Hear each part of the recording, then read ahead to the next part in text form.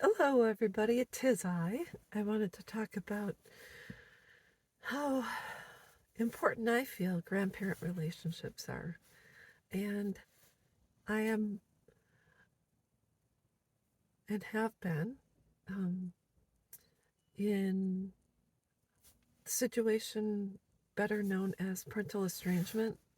Um, I call it a breakup when your kids move on and part ways. Sometimes they let you know, sometimes they don't. It's the way the world goes. And so my daughters estranged both of them by the time they were 19, and therefore, um, that was it for me.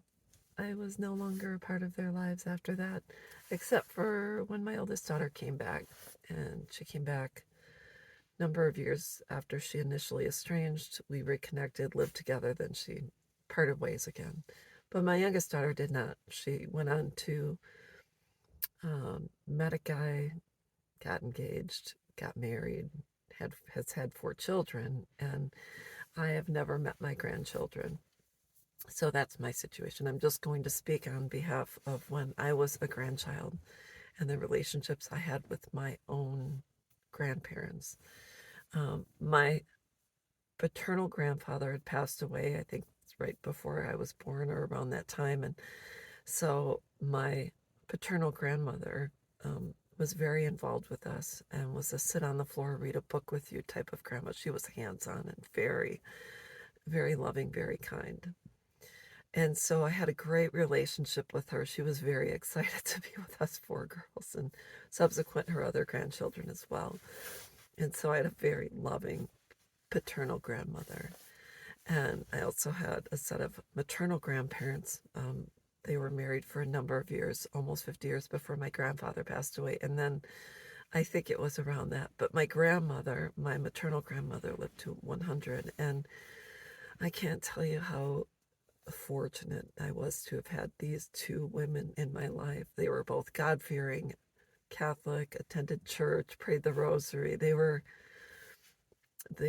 wonderful, wonderful role models, wonderful grandparents, and I am so very fortunate to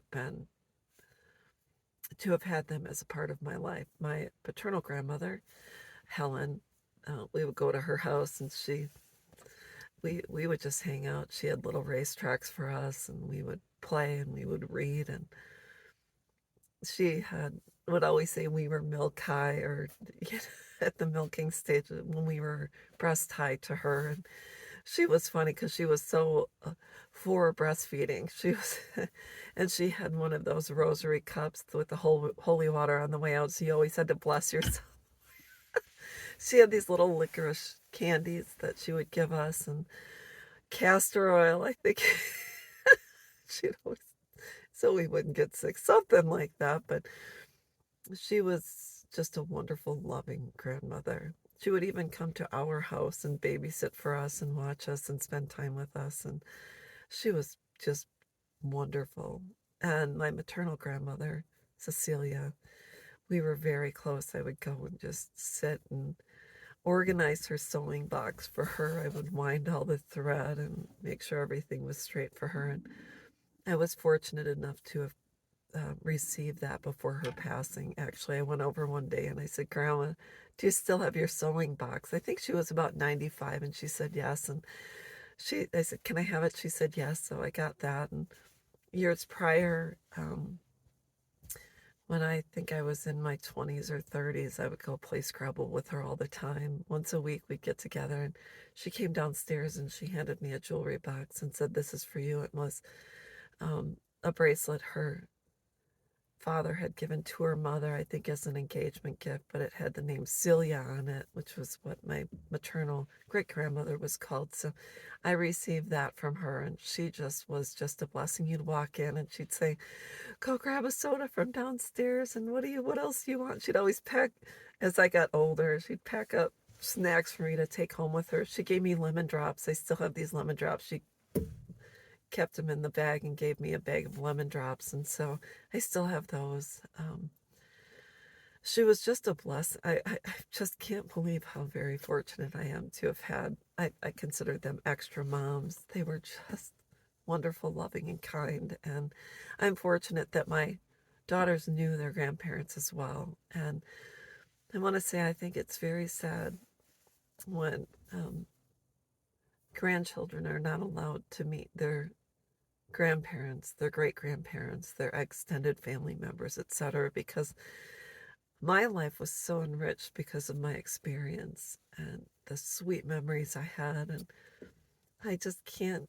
So, not being able to meet my own grandchildren, it's very heartbreaking because we may meet someday, yet you can never get the time back that has passed and memories of seeing them being at the hospital when they're born and their first birthdays and their first steps and their first giggles and their first baths and teeth and first haircuts and going to school and just being a support system to your own children.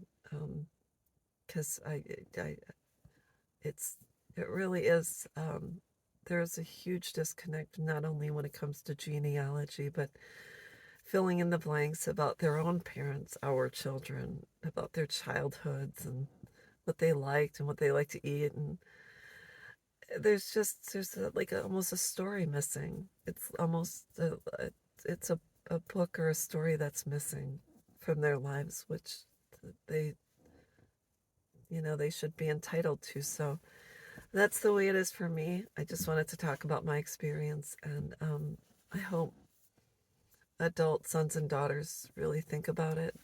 And even if you, per se, don't get along with your parents or you've had a falling out, if you know that your own parents are safe and they wouldn't harm your children, I say please at least allow your children to meet their grandparents, even if it's where you allow your sister to take them to your parents' house or anything like that. That's someone who can stand, beside of you and spend time with your parents and your kids.